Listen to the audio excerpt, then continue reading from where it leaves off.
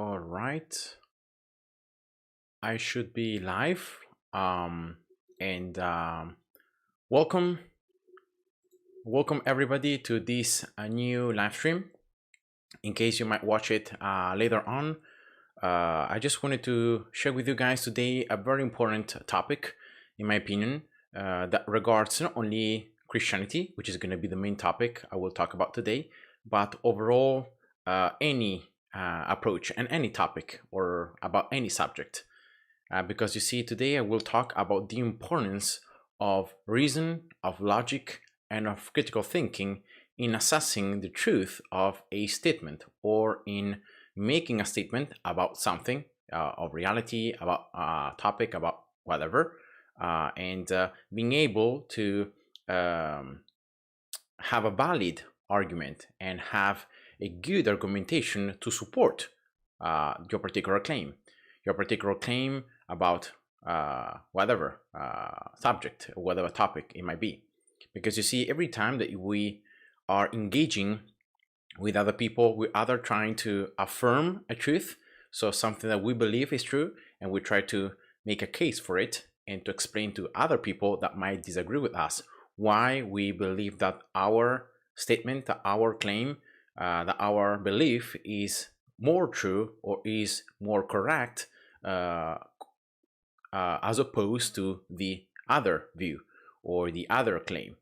And we're engaging in this sort of pretty much agreement about which both of the parties, so both of the person that is presenting, making the case, and both the person that is rebutting or is responding, we are agreeing on some fundamentals that sometimes are not really considered or are just assumed to be true, but that many times are ignored, or sometimes we commit what are called the logical fallacies, because as we're approaching our arguments, or as we're approaching defending or affirming a certain thing, we fail in following these rules of reason, of logic, and of critical thinking. And so our statements, our claims, our arguments also fail. Because if our logic, if our reasoning, if our critical thinking is not proper and is not correct, then necessarily it follows that what we're gonna claim, what we're gonna argue, is gonna also fail, because it fails at the most fundamental levels, as creating a coherent argument and being able to assess a truth statement.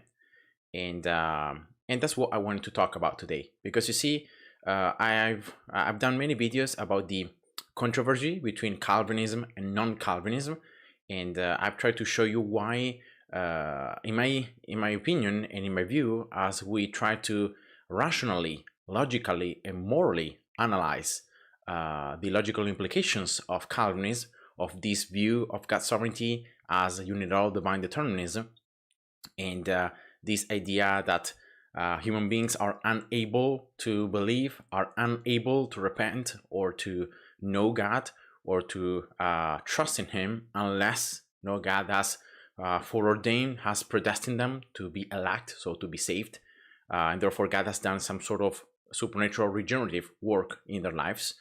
I've tried to show why this is actually incoherent, is inconsistent with biblical truths. So with other teachings from the Bible that are pretty clear and that no one can deny, trying to stay consistent and trying to stay coherent, and therefore to present valid arguments. And in what I've seen that Calvinist fails is that they apply these concepts of critical thinking, of reasoning, of logic to their own approach to the scriptures. So they try to do a correct exegesis, they try to pick text in context, but they fail to understand that many times what they assume to be true, so they a priori assumptions, for example, that God's sovereignty means unilateral divine determinism, is in contradiction with what what the Bible teaches in other parts, so with other biblical truths. And rather than recognizing this contradiction, this inconsistency, as a warning that their interpretation must be wrong, so therefore their view of God's sovereignty as determinism must be false, rather than trying to change, therefore, their interpretation, they try to affirm both of these truths. So determinism and at the same time free will or moral responsibility. And you see, these are two mutually exclusive truths and statements. And therefore, by the laws of logic that I'm going to try to show you today, they can't be true in the same sense at the same time. It's just an impossibility. And just claiming mystery or claiming, well, with your rational mind, you can't understand this because God's mind, it's beyond, we can't really comprehend how God works and so forth. So appealing to this kind of answer is just question banking, because you're still assuming that your interpretation is true, and therefore that this apparent contradiction is just apparent because the Bible teaches both. But I will argue that that's not the case, that the Bible is not contradictory, and that God can't, in a sense, contradict himself, because God is a rational and logical being, and therefore God can't do something against his own nature. So God can't do the logically impossible, and not because God is limited somehow, but because it's just an impossibility for him to go against his own nature, to do something against what his very character is. And so that's why God cannot lie, or God cannot sin, or God cannot tempt people, because of the fact that he intrinsically would be against his own nature. And now I think that this concept of applying logic, critical thinking, and reason when we approach any subject, it could be theology, it could be Calvinism, it could be Christianity, it could be philosophy, it could be ethics, it could be whatever subject, we have to have very clear what are we claiming, what are our statements, and we wanna believe something. So we wanna believe something that is true. So we wanna believe and we wanna claim the thing that most likely is truth, or is the closest thing to the truth. And I will argue that no one would like to actually believe something purposefully, so like knowing that it's not true. So someone purposefully knowing something or believing in something that they know that it's false, or that they know it's wrong. I would argue that no one could rationally, if they have all their critical thinking and all the reasoning processes intact, because they don't have any sort of like mental disorder of any sort of limitation, I would argue that no one would believe something voluntarily knowing that it's false, or knowing that it's not true. And this is just common sense. You see, this is just something that we use constantly when we live our lives, or when we work, when we spend time with friends, with family, when we read books, when we watch videos. We're constantly assessing all the information that is being given to us, and we're processing it, trying to understand and trying to discern between truth and falsity. So between what is true and what is false. And we do it constantly. And of course, we can be wrong. So we can be wrong maybe in assessing something to be true or to be false, when in reality it was actually the opposite. So we can be wrong. But I will argue that if we try to stay as objective as possible, and we try to analyze something staying as objective as possible, we can, in a very good manner and with a very high degree of accuracy, discern what is truth from what is false. And now today I wanted to show you specifically this in Christianity, because you see, Christianity is many times attacked or critiqued. I've seen many videos, and I go purposefully to like atheist channels, to atheist or agnostic kind of videos, when they're somehow many times they're attacking Christianity, they're attacking religions, they are sometimes also mocking them, or just critiquing them for the sake of it, trying to show the ignorance that believers might have, or trying to show the absurdity of believing certain things, by trying to show the inconsistencies in their belief, or trying to show, for example, how the Bible contradicts itself in one passage and then on the other passage, and so forth. And now what I try to do by watching all those videos is I try to understand the logic in the reasoning behind the critiques and behind the arguments. And what I mostly see is the fact that many arguments, I'm not saying that all of them, but the vast majority of the arguments, the popular atheist arguments that are used against, in particular, Christianity, they all commit some sort of fallacy, either in representing Christianity, so they are misrepresenting the truth of Christianity or what Christianity actually says or actually teaches. They are what is called a strawman. So they're creating a strawman fallacy. They are creating a characterization of Christianity that is false, and then they are attacking, or they are proving wrong that particular strawman Christianity, when instead the real Christianity, the true Christianity, is nothing of that sort. And so that's called the strawman fallacy. And now there are more types of fallacies that are being done. The question begging fallacy, or the poisoning the well fallacy, or the circular reasoning fallacy, and many others. When they're trying to attack Christianity. And I think that it's very good exercise, at least for me, to watch these videos and to try to listen carefully what they're saying, how they are stating their arguments, and trying to find if the arguments are actually valid. So if they are logically follows from their premises that the actual argument is true, is valid, and or if there are some problems going there. If there are the premises might not be true, or if some of the premises false, or if there is a strawmanning. So it's creating a premise that in a sense is true if Christianity would be like that, but Christianity is not like that. Therefore, the premise is false, and so forth.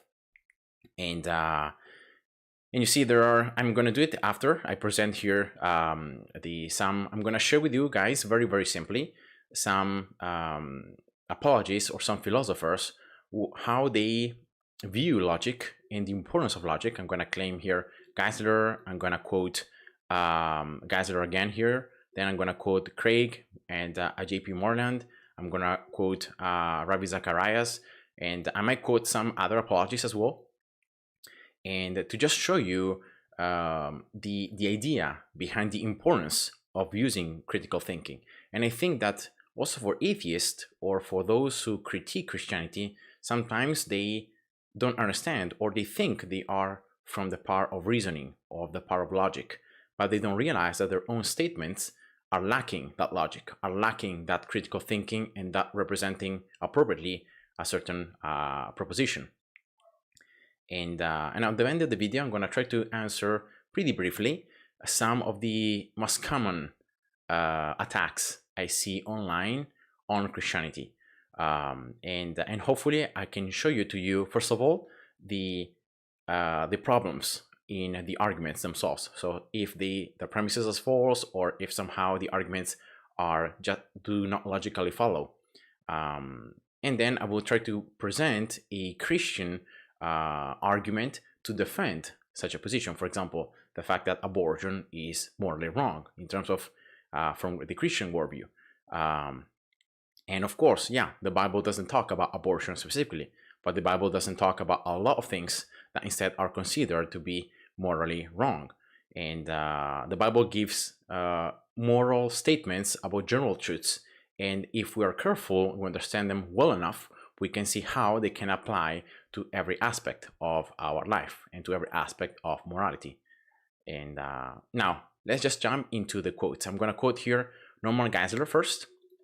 I'm going to use this website, goodnewsapologetics.com, which is a very good website. I've been reading it. Very good to study, especially the controversy between Calvinism and non-Calvinism.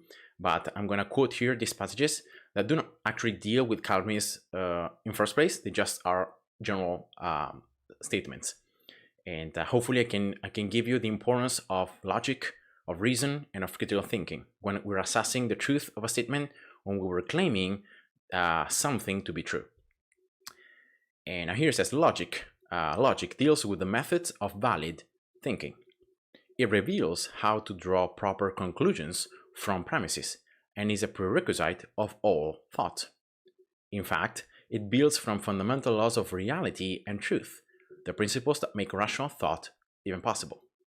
Logic is such an indispensable and inescapable tool for all thought that even those who eschew it still use logical forms to argue for the rejection of it. For example, people that claim, yeah, logic, the laws of logic are not real, they do not exist, and they try to present arguments to support this claim, they are actually using logic in their own arguments. So that's why it says here that is inescapable. You can't stay rational, you can't say a statement and you consider it to be valid thinking, to be a statement of truth, so a truth statement, and at the same time not use logic. Logic is a prerequisite. It's something that is indispensable and is inescapable.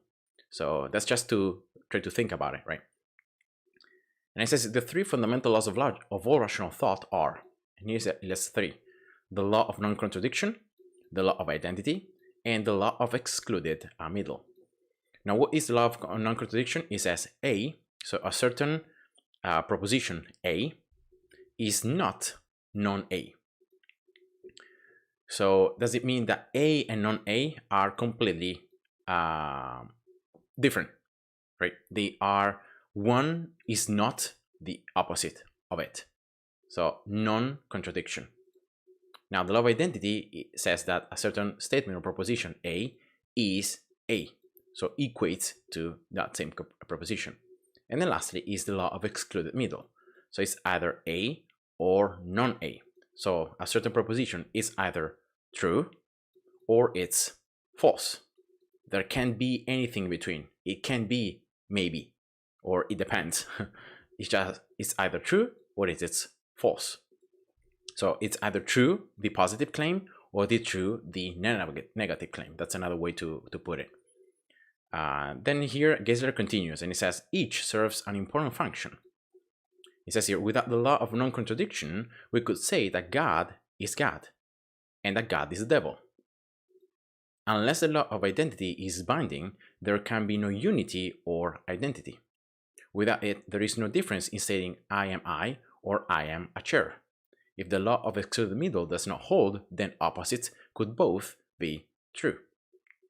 So you can see how they apply in our modern, in our everyday life and everything that we do. And why it's so important, because it makes reality real. It makes reality how we know it, how we come to know it. And that's why they are called the three fundamental laws of all rational thought. And then it says here, beyond these basic principles, there are the principles of valid inference. So we have these basic principles, these fundamental things that are at the basics of everything. Then we have the principles of valid inference. These inferences traditionally were classed under deductive or inductive logic, or under transcendental arguments. All of these, however, use some form of the three basic laws. So laws of inference. Inference means when you have a certain premise and you try to infer, so you're trying to reach a certain conclusion. So the most reasonable answer to a particular thing, and therefore you're using logic. You're using all or some of these laws and more of the laws of logic in order to reason, in order to reach a valid conclusion. So it can be deductive. So deductive means that you start from premises and then you reach a conclusion. And therefore, if the premises are true, then the conclusion is valid, like logically follows. It has to be that way, right? Instead, inductive logic, you start from a general conclusion and you try to reach you start from some sort of regional conclusion and you try to imply some sort of specific premises about it. And in this case, inductive logic is not 100% certain.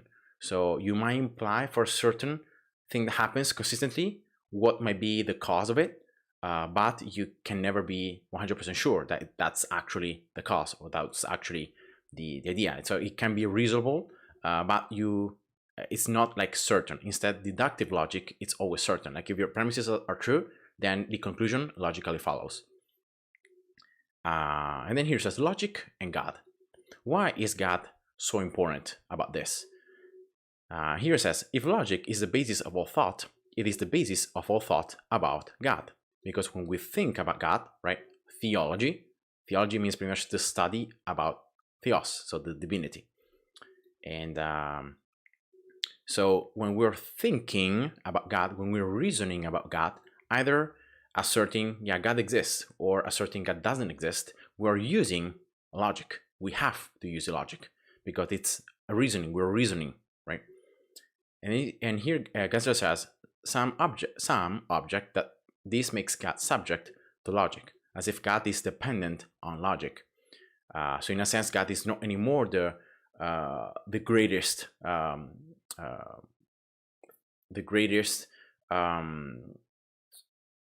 of the universe, right? The greatest thing about the universe, but it's something somehow is dependent on logic. So logic is above God in a sense.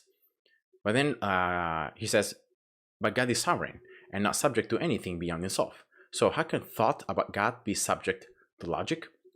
So this is sometimes an objection that is raised. And here Gessler just responds and tries to argumentate in two ways why this is not the case. First of all, it says, in one sense, God is not subject to logic. Rather, our statements about God are subservient to logic. So when we say something about God, when we state something about God, those statements are subject to the logical thoughts and the logical thinking, right? So it's not God himself that is subservient or subject to logic, but is our thinking about God that is. Then he says, all rational statements must be logical. Since theology purports to make rational statements, theological statements are subject to rules of rational thought, as are any other statements. So you can see here how we can apply this to any statement about any subject. So not just about God, but about anything. So the statements are the ones that are subject to logic. But then here, Gessler says another thing that is very, very important to understand. In another sense, God indeed is subject to logic, but not because there is something more ultimate than he. Since logic represents the principles of rational thought, and since God is a rational being, God is subject to his own rational nature. And now this is something that is common sense. Like if you think about it, you understand it as true, but sometimes it's hard to grasp. And now here, what Gessler is saying is, look, God is a rational being. So God is a logical being. And therefore, God can't do something that is contrary to his rationality, contrary to his logical being, right? And therefore, God is somehow dependent on his own nature. So the nature, the character of God determines how God is and how God relates to us and the will of God. And this is in no way this limits who God is or puts boundaries to God, but in a sense it's God's own nature that limits him. And that's why I said before that because God is logical and a rational being, God can't do something against his own nature.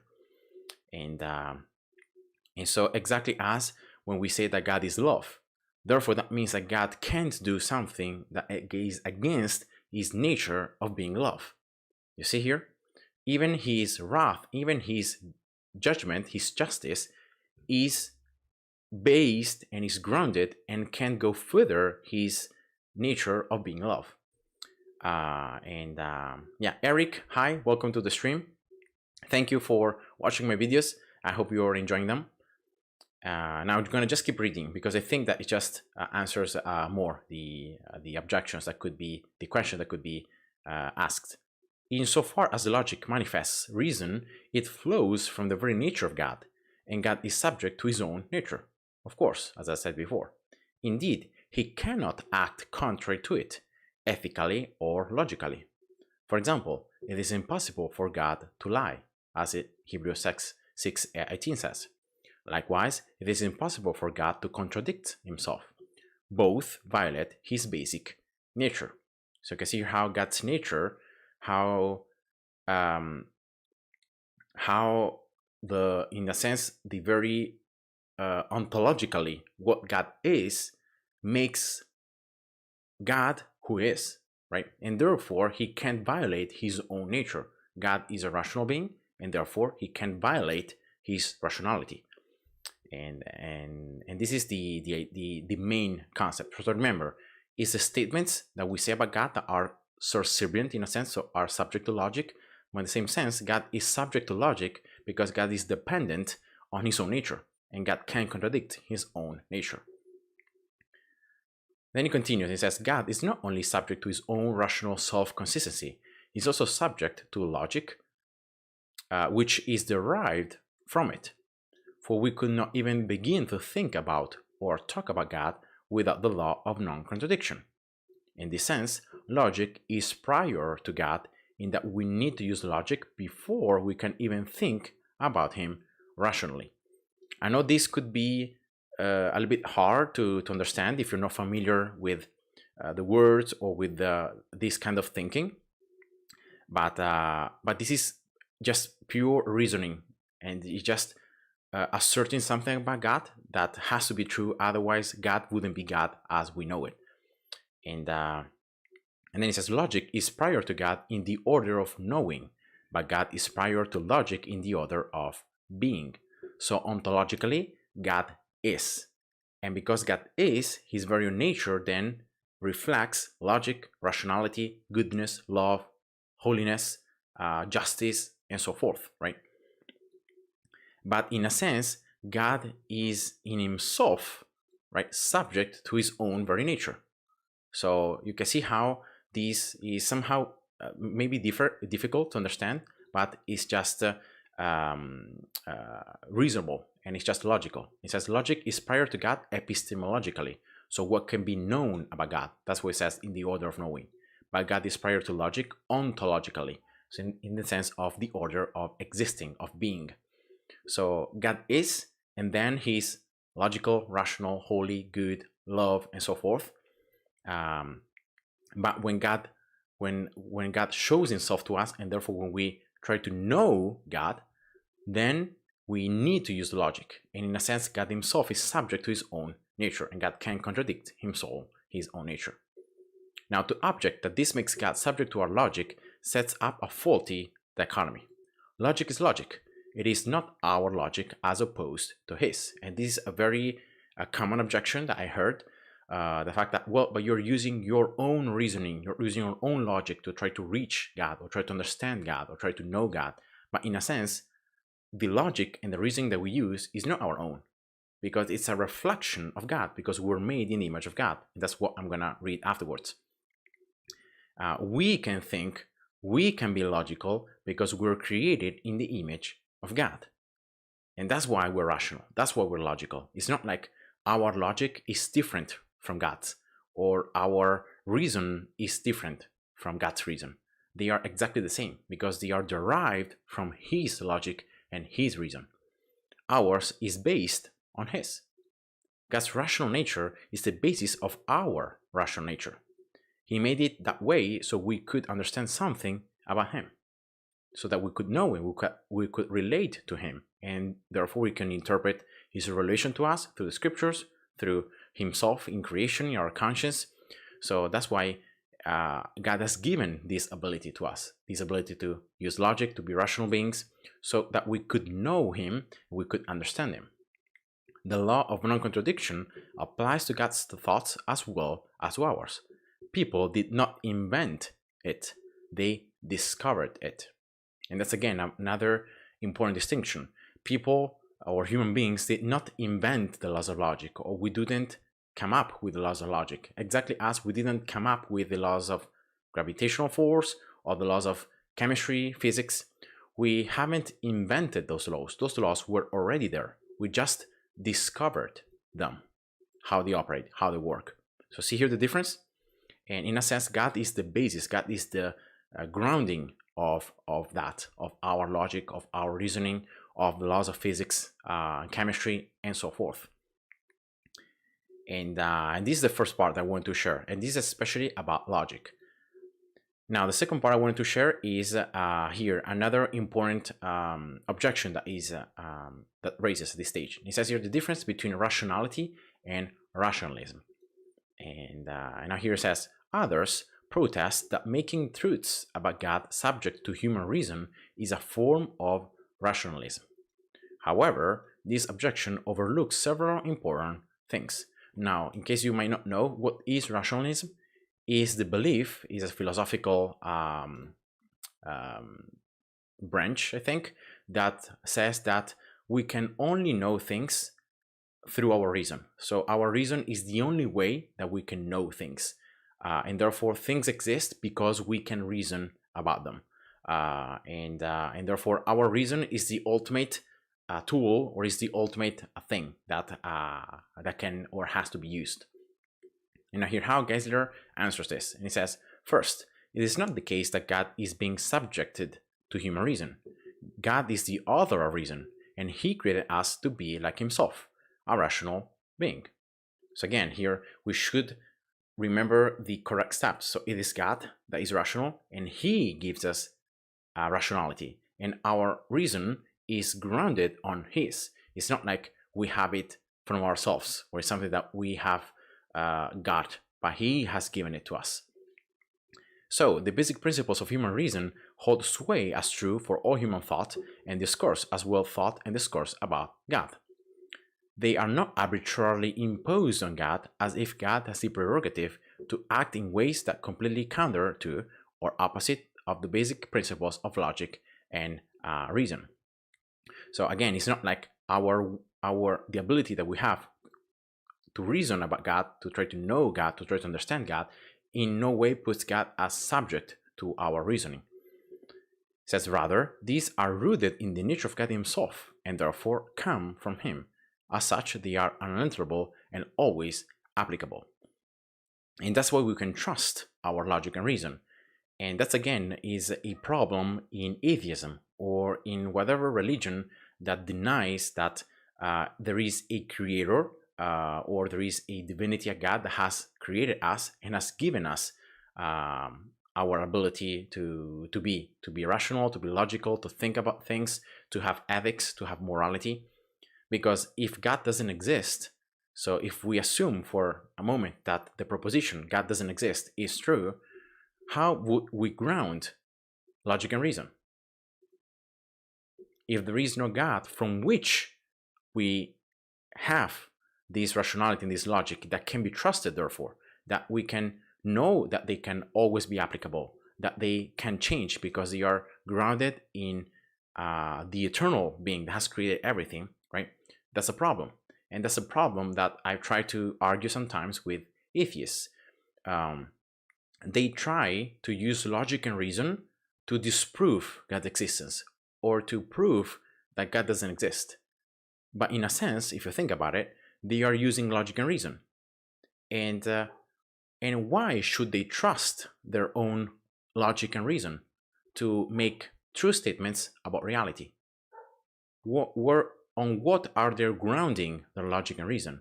If everything arose by chance, as most atheists claim, the fact that we're here just by chance because of evolution, because of billions of years, then your ability to reason and to use logic is just a byproduct of chance. So there is no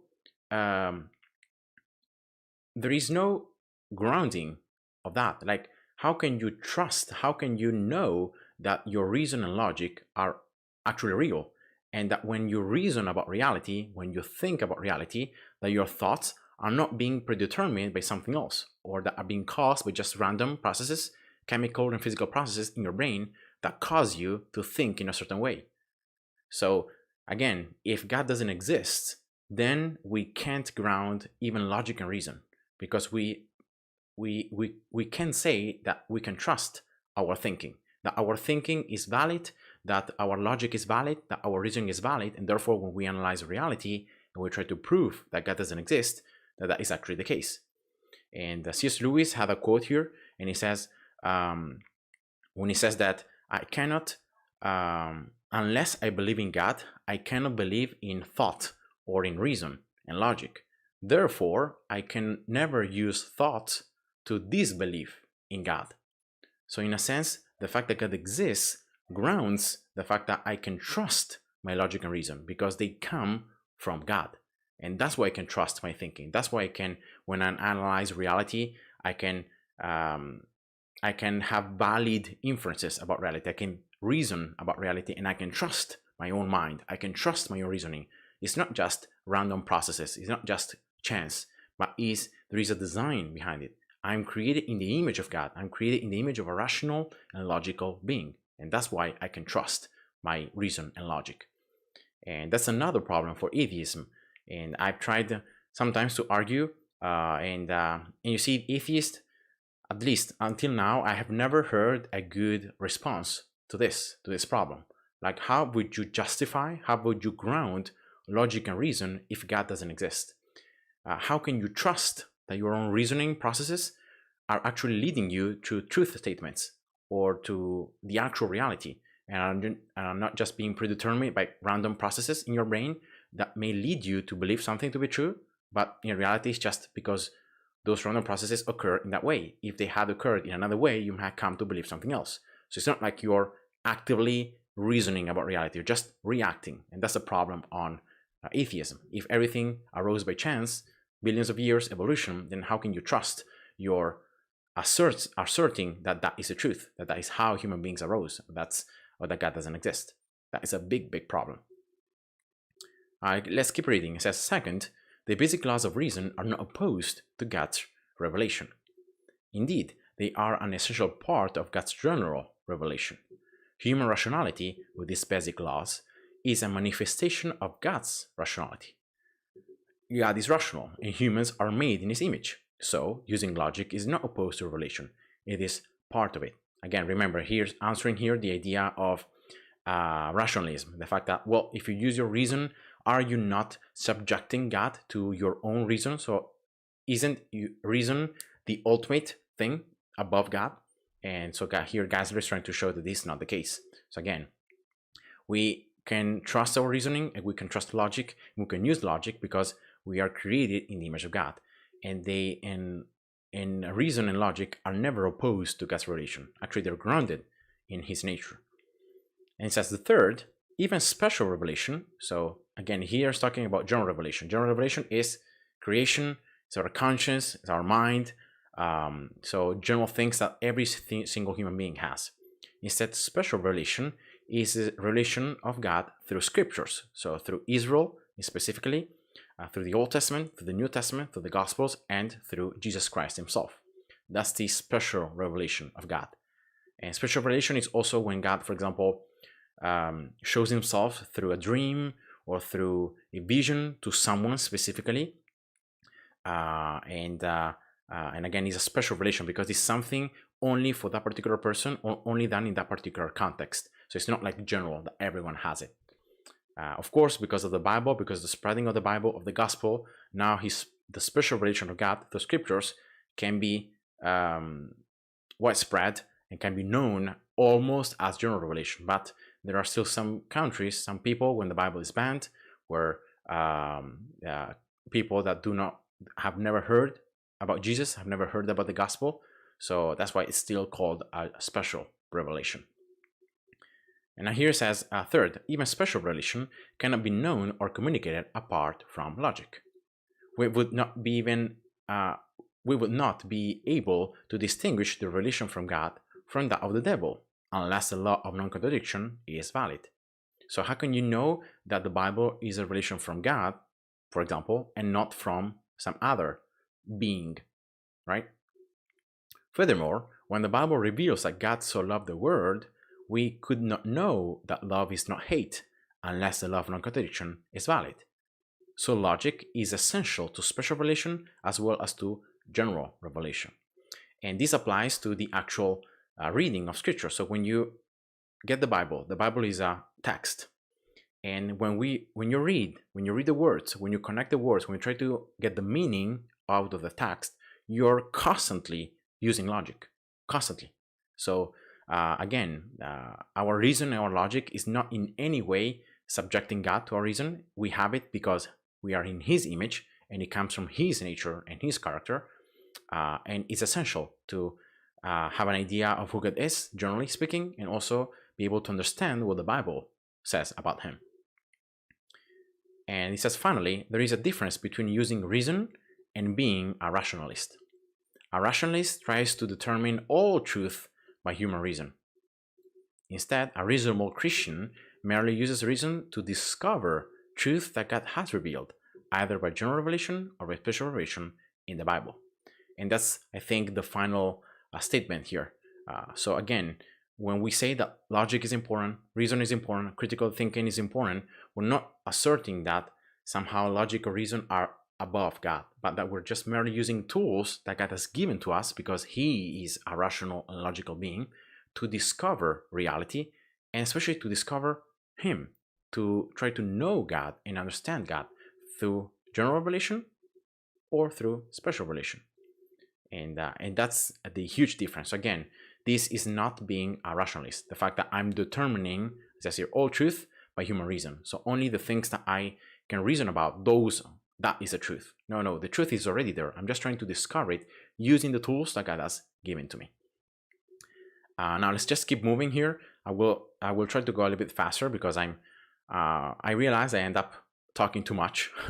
So yeah, here I'm gonna quote William Lane Craig and J.P. Moreland on the role of philosophy as well. Very, very important in not only Christianity, but again, when we're approaching any subject, ethics, questions about life, about meaning, and so forth. And here he says, and they write, philosophy may be defined as the attempt to think rationally and critically about life's most important questions in order to obtain knowledge and wisdom about them. Philosophy can help someone form a rationally justified, true worldview. Now here are a lot of words, and again, I'm not going to repeat. When they're using here think rationally and critically, they are using the reason and the logic that I've discussed before. So that's the idea of thinking rationally and thinking critically. And philosophy helps us to what? To obtain knowledge and wisdom about them. So we're trying to, in this case, apply philosophy to God, to Christianity. We're trying to understand, okay, what is true about God? What does the Bible really teach? What is the Christianity's statement about this thing in particular, right? We're trying to obtain knowledge by thinking rationally and critically, and so forth. So philosophy can help someone form a rationally, again, based on reason, justified, true worldview. So a worldview, a belief, a philosophy, a system, right? However you want to call it, a theology that is rationally justified. So that means that is justified, so is grounded on reason. If what you believe, or if you believe something that is incoherent, or is contradictory, or is not rational, then your worldview can't be in any way true. So because of its definition. So it has to be rationally justified. And then true. Of course, we want to believe something that is true. As I said before, I would argue that no one might want to believe something that he considers that it's false, or that he considers that it's not true. Everyone wants to believe something because he believes that it's true, even though he might be wrong about it, but at least he believes it and he truly wants it to be true. And again, here, as I said before, this is applied especially in the Calvinist and Calvinist controversy, but I just wanted to use it for general Christianity and for everything actually that we might think about. Then it says too, philosophy undergirds other disciplines at a foundational level by providing clarity, justification for, or arguments against the essential presuppositions of that particular discipline. Let's just imagine science. Philosophy is very important to science because science has certain presuppositions about it that couldn't be justified unless there is logic, there is reason, and we can trust that logic and reason. Then he says, since philosophy operates as a second order discipline that investigates other disciplines, and since philosophy examines broad, foundational, axiological, epistemological, logical, and metaphysical issues in those other disciplines, then philosophy is properly suited to investigate the presuppositions of other disciplines. So trying to saying, okay, is this discipline really coherent? Is this discipline valid? Is this discipline rationally justified, right, in whatever statements they might be saying, or is it not?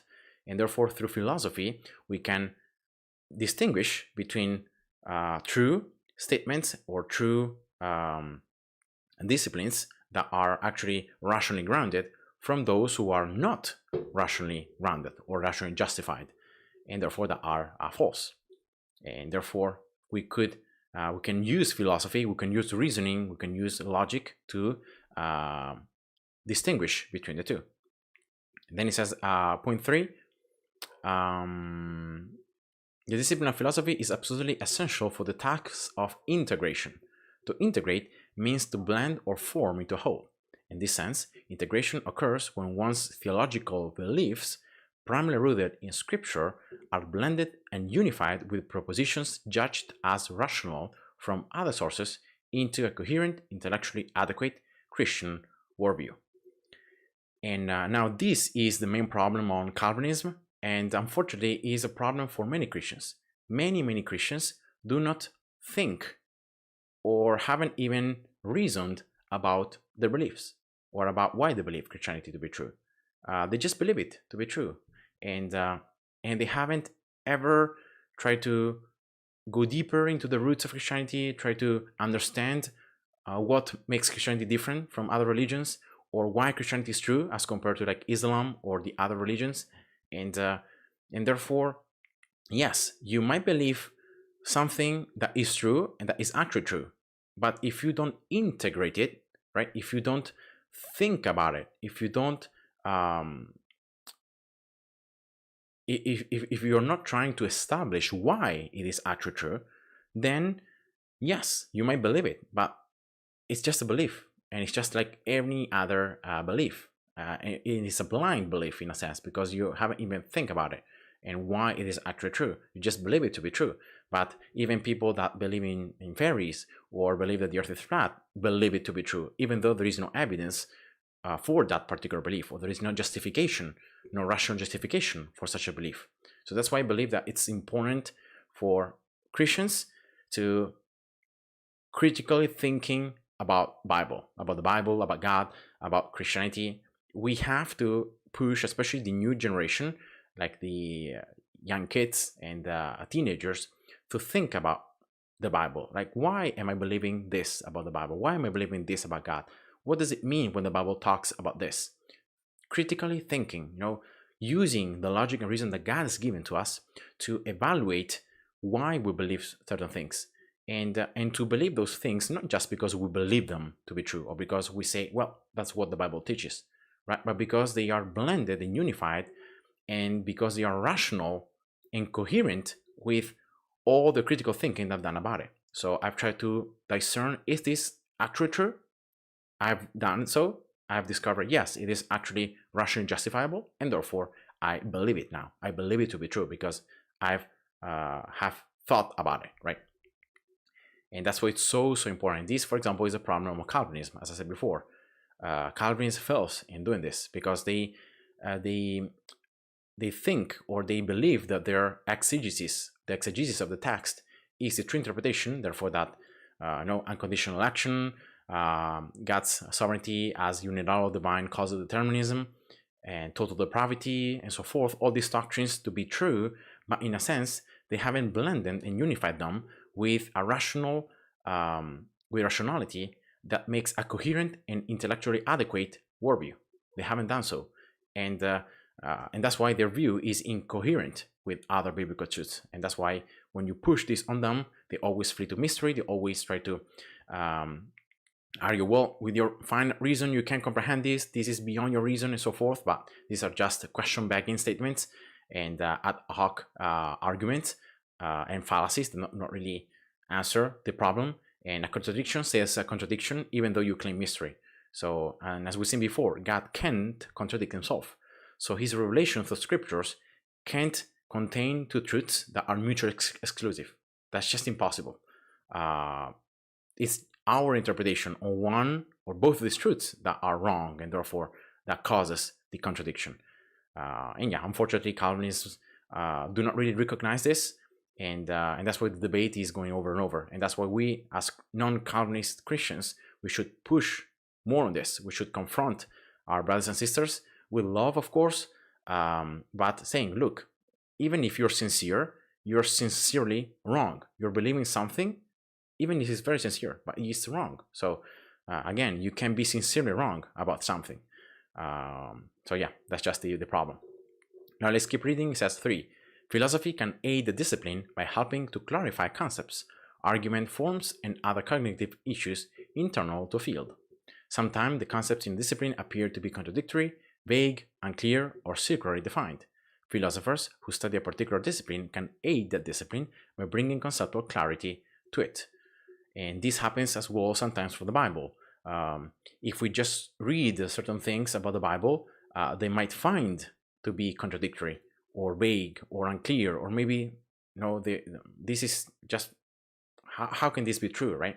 And so Christian philosophers, they try to argumentate and argue and try to reason about these things, offering clarity and offering arguments or claims to try to reconciliate these contradictions and to show that those are not actual contradictions, and therefore that the Bible is still coherent and consistent with logical and rational thinking. And then here, step 5 says philosophy provides external conceptual problems for other disciplines to consider as part of rational appraisal of theories in those disciplines, and vice versa. A philosophical external conceptual problem arises for some theory in a discipline outside of philosophy when that theory conflicts with the doctrine of some philosophical theory, provided that the philosophical theory and its component doctrines are rationally well founded. And here it says, for example, if there are good philosophical arguments for the existence of genuine freedom of the will, or arguments for the existence of real moral responsibility, and that is the case, and the necessity of full-blown freedom as a presupposition of moral responsibility, then these would tend to count against sociological, economic, or psychological theories that are deterministic in nature. And again, this is talking about Calvinists, but it's talking about any different type of attack or critique or argument against Christianity. So if we can show that there are good, rational, and valid philosophical arguments for the existence of genuine freedom of the will, for real moral responsibility, and that the Bible really teaches this, and these are truths, then this means that these philosophical truths are going to be against these arguments because they're deterministic by nature, because determinism is can be compatible with moral responsibility or with genuine freedom of the will. It can be. So they are both mutually exclusive. Either it's determinism or either it's freedom of the will and moral responsibility. And so that's where you can see that this is the problem, not just in Calvinism, but in many other things. And so when atheists attack the Bible saying, well, if God determined you, if God knew that human beings would sin and that we would reject him, why did he create us in the first place, right? There is a pretty common objection that is raised. The answer is, well, because God thought that our freedom that he would give to us in order for us to have a relationship with him was worth the price, in a sense, of having those same human beings choosing to do wrong. But God didn't determine them to be wrong. They chose to do wrong. And that's why they are responsible for their actions. And again, there are sometimes arguments are presented against Christianity that are sometimes not even against clear biblical teachings, but they're just against biblical truths, philosophical arguments about the Bible. And so they fail because if these arguments, as I said before, they are rationally well-founded, so they are valid, automatically your argument is discarded because it's against something that has already been established by rational and valid thinking. So see here how this applies. Then it says, in cases like this, a rationally defensible position is present within philosophy, and it runs contrary to a theory surfaced in another field. The philosophical external conceptual problem may not be sufficient to require abandonment or suspension of judgment of the theory in the other discipline. It may merely tend to count against it. So again, as I said before, this doesn't automatically mean that that statement or the thing is actually false, or that in that particular other discipline, for that discipline, it must be false as well. But that for in this case, Christianity is counted against it, because it's against a proposition that's already valid and is rationally founded. So even so, these kinds of conceptual problems show that philosophical considerations are relevant to the rationality of theory assessment in other disciplines. So this is the role of philosophy and the help that we can get through philosophy. And then here it says, the Christian philosopher will try to undergird, defend, and clarify the various aspects of a worldview compatible with Scripture. This will involve not only working on broad theological themes, for example, the dignity of human being, but on defending and clarifying specific verses in Scripture. Of course, caution must be exercised. One should not automatically assume that one's particular interpretation of biblical text is the only option for an evangelical, and one should not automatically assume that the biblical text was intended to speak to the issue at hand. And these things, unfortunately, are done a lot nowadays. Sometimes people saying, yeah, this is the only possible interpretation of this particular text, and therefore all the interpretations must be false a priori, without even analyzing or without even trying to discern if those interpretations are actually rationally and logically defendable and justifiable. So that's something that we should never do. But when due care is given to these warnings, so when I do it properly, carefully, then it is nevertheless important that the Christian philosopher tries to forge a worldview that includes the teaching of specific biblical texts, properly interpreted. So once I've done everything in my possibilities, to use logic, to use reason, to interpret the text correctly, to be coherent with all the biblical truths, and so forth, then that means that the theology, the worldview that I get from that, it's very likely to be true, because it's coherent, it's logically and rationally justified, and therefore it's true. Until someone might show that it's inconsistent or that might be contradictory with other biblical truths or within itself, then it's a true worldview. And again, if we do it carefully and we do it with an open mind, never trying to say, yeah, this is the interpretation and I will never change mine, I will never think that someone else can come up with another interpretation. No, we're open to that, but we are always grounded everything on logic, on reason, on critical thinking about the Bible, what the Bible teaches, being coherent, consistent. Then that means that very likely we have developed a worldview that is true and that reflects the true teaching of Scripture. And yeah, I think that was it, right? Because then it continues on saying about Robert Audi, another philosopher, and I'm gonna just read this because I think that it could be useful. But then I'm gonna just move on to Ravi here when he talks about critical thinking. So here, Robert Audi says, we might say that a justified belief is one that there is adequate reason for the believer to think true. And that's it. Like, that is, in my opinion, the most important concept to remember about all the discussion that we have had. So a justified belief is one when I'm a believer, I have adequate reason to think that is true. So I have good reasons, good evidence, good logical deductive arguments to support my position, to support my claim, and therefore to think that my belief is justified and that is true. But, it continues, but as suggestive as this is, it transfers the burden of analysis to the relevant notion of adequate reason. So what is adequate reason? We can say that a justified belief is one that is rationally acceptable, which in turn might be taken to mean that one does not deserve criticism from the point of view of rationality for holding it. So if I hold a certain belief that is rationally justified and rationally acceptable and is grounded on reason, on logic, and I've done everything correctly, in a sense, being valid and applying the principles of philosophy and reason correctly, then that means that my belief, in a sense, is justified. So even if it could be that some of the premises might be false, and therefore the conclusion must be is different and must be false as well. But if no, if it's logically grounded and valid, therefore I cannot be criticized just by holding it, right?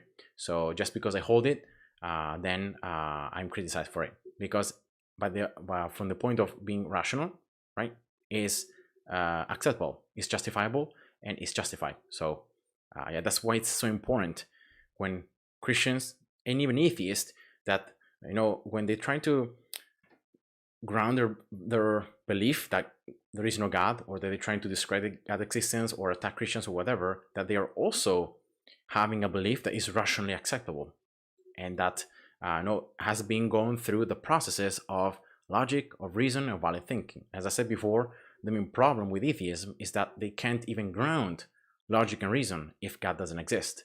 So the very foundation that we human beings use to argue, to present, I believe this, you believe that, how can I be, what I present is true, what you present is false, and try to argumentate and discuss, it all falls apart if we can ground the truth of logic and reason. And that's the main problem, in my opinion, on atheism. But of course, we as Christians, we should engage with them. We should always remind them about that, and also about morality. Every time that they critique the Bible, saying, well, God is a moral master, or God condones slavery and all that stuff, they're saying, well, if you believe that God doesn't exist, then how would you ground morality? How would you justify that slavery is an objectively bad thing? No, and it's not just a cultural thing. Maybe for our culture it's wrong, but maybe for their culture it was right. So how can you justify the claim that slavery is always bad for all culture, for all people, at all times? That is an objective truth claim. And again, there is no way in which the atheist can ground morality or logic and reason if there is no God. And it all becomes subjective, it all becomes relative. And therefore, your truth statement is also relative. So why should I care about that? When you say that God condones slavery, well, it's just your thought. I disagree, and because all truth is relative, your truth is not in any way more true or more relevant or better to answer reality than mine. So how can we discern which argument is better than the other, right, if truth is relative? So you can see how you can always argument around and try to make the atheist realize that the critiques they're offering are presupposing that God exists, but at the same time they're trying to use those arguments to show that God doesn't exist, or to show that Christianity is contradictory, or other strawman or ad hoc arguments, which again, if you analyze them correctly, they fail. Some are more sophisticated, so sometimes it's harder to understand how they fail, but yeah, just very interesting. Now, last thing I want to share with you guys today is this quote from Ravi Zacharias, which just passed away a couple of years ago. And again, he did some bad things, some bad decisions, and was criticized for different things. But remember that we should analyze his statements for what they are, and we shouldn't poison the well. So poison the well, it's a fallacy when, because a certain person has done certain bad things during their lifetime, therefore all their arguments and all the things they're saying are wrong. And I think that that's just a fallacy, because a statement, every argument should be taken by itself, and therefore we should try to understand if it's true or false. And therefore we can still learn, and we can still grow from what Rabbi says. And he says, when you're analyzing any propositional statement or system of thought, you are engaged in critical thinking, whether you like it or not. So the only question is, are you doing it well? Are you doing it in a way that is befitting the subject, or are you doing it unjustly?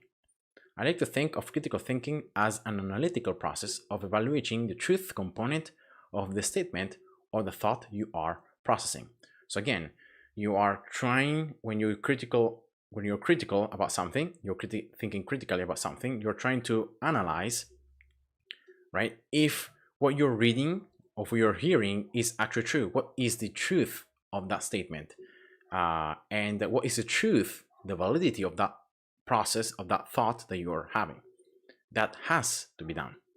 If you're looking at a worldview, so Christianity, atheism, and whatever other thing, if you're looking at any assertion, if you're looking at any challenge to your own worldview, you have to evaluate it on the basis of truth and the coherence of what is being claimed. And again, therefore, if a claim, if a statement is incoherent or is contradictory in itself, then it fails already, and I don't even have to respond to it because it fails already. We must think critically, especially in defending our worldview or in challenging a counter perspective. And again, this is something that I think many Christians fail to do today. They don't think critically enough about Christianity or about other religions. They try to stay in this kind of bubble. No, we don't talk about this. We don't discuss anything about God. We don't ever doubt about God, about the Bible teaches. No, we try to stay in this bubble, and therefore, we just believe what God says, and that's it. And I think that especially in this culture, this is a very bad stance. In a world full of challenges, you have to come to something outside of the text you are defending, rather than saying this is the text I believe. Critical thinking is to lay bare what is readily visible to reason. And again, this is the same for Christianity. When, for example, I defend Christianity or I present arguments for Christianity, I'm using logic and reason. I'm using arguments that are many times outside what the Bible clearly teaches. Yes, I do use the Bible, and I do have the Bible as my authority, as for the biblical truths that I know and I believe on. But I use reason and logic to critically assess that and to then respond to why I believe those claims to be true in the first place, and why I defend Christianity. And then it continues and it says, the first link is this: is reason rational? Is it defendable? Are the laws of logic so incontrovertible that they are similarly applicable to reality? Does logic apply to reality? We know it does in mathematics, but does it apply also in ethics? Does it apply in sustaining an argument? Do the laws of logic apply to reality? And these are the questions that, as well, I would like to ask the atheist sometimes. If God doesn't exist, then are all these questions, what is the answer to all these questions? That is the basis to even critically think about anything at all. So even when you're critiquing Christianity, or you're trying to say God doesn't exist, can this really be true if God doesn't exist? And again, this is why it's so important to know that we can trust reason, we can trust logic, our mind in a sense, because we're creating the image of God, and that's what we can trust, that our reason, our thinking, correctly is interpreting the outside reality, and therefore that our mind is not caused or not determined by other things, by random things, but that we are the ones that are determining what we're thinking, and therefore that our premises, that our statements, our conclusions can be valid and truth statements about reality and how reality really is. Now here it says something about pluralism, but I just wanted to say this is so important that we understand the nature of what it is that happens when a person lives a life that is systematically contradictory. And I hear these comments again and again and again on television or by the media. You hear such brazenly contradictory statements, and you say to yourself, did this person ever have an introductory course in logic? Does this person understand what happens when you hold to mutually exclusive ideas that collide in actuality? I like to often say to you that what contradiction is to reason, sin is to life. If your life is embedded in sin, life breaks down. If your argument is contradictory, your argument breaks down. And this, again, I don't know exactly what it was talking here about, not just pluralism, but more into like relativism, I think. And that is the problem. Like, you can hold to a belief like relativism that then is contradictory in itself, because the only absolute thing about relativism is the fact that everything is relative. But if everything is truly relative, then also the statement everything is relative is relative. It's not an absolute. And that's why you can see that it's self-defeating, it's contradictory. And again, it self-destructs. In our common sense, when we train it and when we come to use it, that's what is gonna tell us that. And that's why I encourage you to engage in arguments, to engage with atheist blogs, websites, videos, and listen to what they're attacking of Christianity, what they're saying, and you're gonna and try then to think about those statements and try to discern, okay, what are the premises on this? Are they true? Are they not true? Is this logically valid? So does it logically follow from the premises that the argument this is the conclusion of the argument? And or are there any logical fallacies there? No, any poisoning the well, or any argument from authority, or any what's called the general, what's the fallacy of the general, I don't remember exactly the name, very, very common, the strawman fallacy, very, very common, or the non sequitur, when from the premises doesn't follow the conclusion. And you see, the more you train yourself in this, the more you're going to be able to understand why or if the arguments presented are actually valid, and how to engage with them, and how to engage with atheists. And remember to use the same criteria also to your own beliefs, your own views, your own theology about Christianity or about the Bible. And yeah, this is the best thing that we do, and this is something that God encourages us to do. There is a verse that says that, where God says, "Come, let us reason together, and I will show you that I am God." So yeah, God is not against reason. Actually, reason is a part of God's nature that He has given to us. So it's important that we use it properly.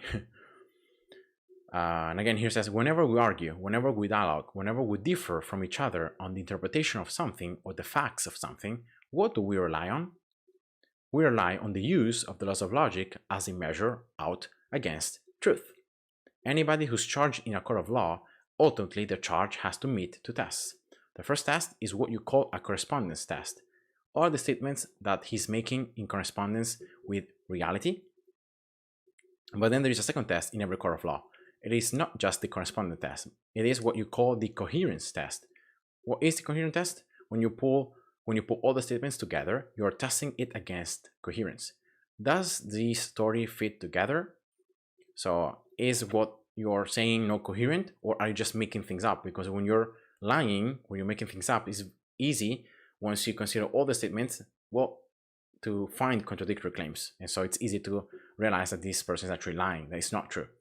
So tests of truth and coherence are assumed in any court of law and in any dialogical defense. Reasonableness of reason, the logicality of logic is assumed. And as we said before, unless God exists, then we can justify why we can trust the reasonableness of reason and the logicality of logic. And that's why it's also important to always show this. And that's it, guys. That's the video I wanted to make. It's a live stream. It's pretty late. Thank you for all those of you who might watch this video later on, even not live. And thank you for all those of you who have watched it live. Yeah, if you guys have any questions about anything, just let me know. And in the next couple of days, I might start uploading like shorter videos when I respond to these very famous atheist objections. For example, like against abortion, what the main arguments against abortion, or the very common argument that the Bible condones slavery. I've heard it so many times lately. Or the fact that God condemns or orders Israel to massacre, to kill everyone in a certain country, and then at the same time the same God says do not murder. No, how is that consistent? So for all these arguments are very popular, on the internet and so forth, but when you analyze them in detail, they all do not pass the test of logic and reason. And I'm gonna try to show you that in some shorter videos, and hopefully that can help you. So yeah, thanks for watching. God bless you, and have a nice evening. Bye bye.